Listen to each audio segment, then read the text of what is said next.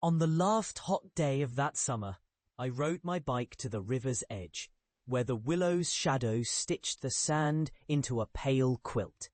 The air tasted of dust and apricot jam cooling on the sill, and cicadas hammered out a melody that seemed to slow the world to the beat of a patient heart. I was 10, all elbows and bright questions, sure that the day would stretch forever. Grandma's house opened onto a yard that smelled of fresh-cut grass and rain that never came, of laundry drying on a line, and the old dog yawning as if he'd slept through a long winter. Inside, the kettle sang on the stove, and the pantry held jars like small, quiet planets. We children moved between chores and mischief as if the day itself needed to be negotiated.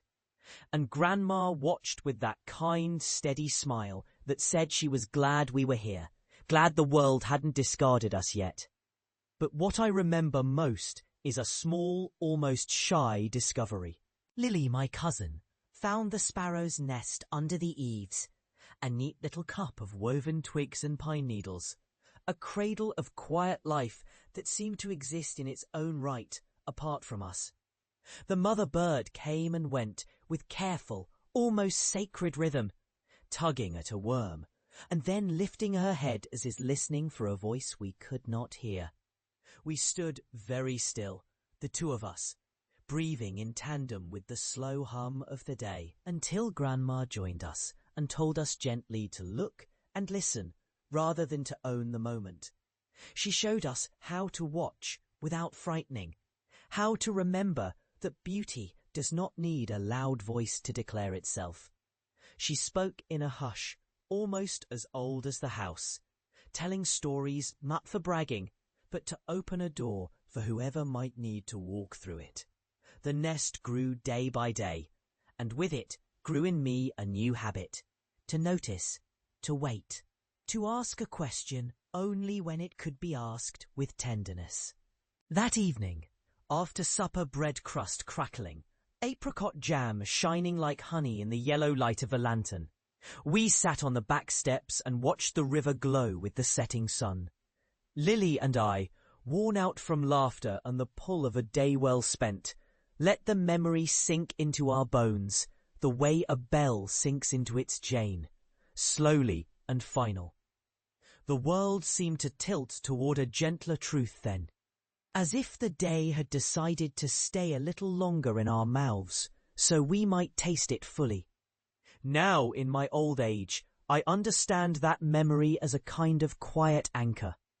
It did not shout or demand. It suggested a way of being, patient, attentive, tender. The sparrow taught me to see life in small cycles, the nest built, the eggs hatched, the fledglings fed, and to trust that care is an act of daily courage as much as a dramatic gesture. Grandmother's calm presence taught me how to hold a moment without squeezing it dry, how to let a question linger until the answer is ready to arrive. If I have become anything at all, I think it is because I learned to listen to the world's small invitations rather than rush past them in the name of progress or bravado. It might seem a trivial treasure to some, just a memory of a summer day, a bird, a grandmother's kitchen, and yet those details have become the scaffolding of who I am. I have spent years in rooms with crowded sounds, in streets where noise erodes patience, in places where I had to speak quickly to be heard. But the language of the sparrow and the kitchen and the quiet river keeps returning me to a slower, more truthful way of living. Gentle attention, steady kindness, a belief that ordinary days can carry the weight of a life.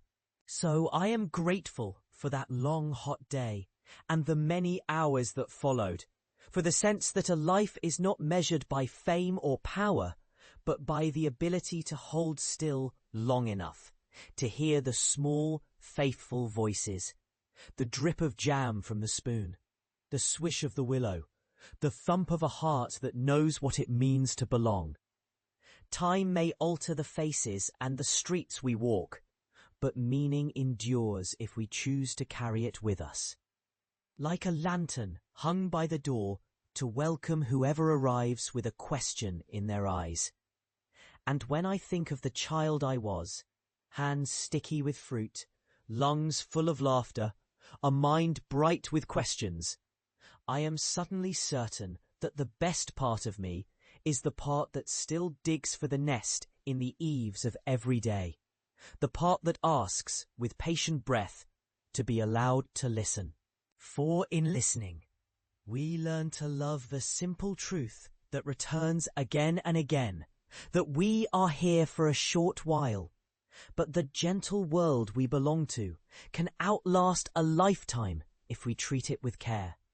So I keep walking through the days with a soft gratitude, hoping to pass along what I was given that summer, a way of looking, a restraint of voice, an unhurried kindness. I'm old now, and the memory may have grown large in me, but it began as a small thing. A sparrow's lesson, wrapped in the sound of a kitchen clock, and a river that glowed like a coin in the last light. If you listen closely, you can hear it still, the quiet, faithful music of a life well tended. Time will keep moving, but the memory remains, not a bright badge of youth, but a steady beacon that helps me choose patience and love and memory. And for that, I am grateful, grateful beyond words, for the ordinary miracle of being here, to see, to hear, to feel, and to tell.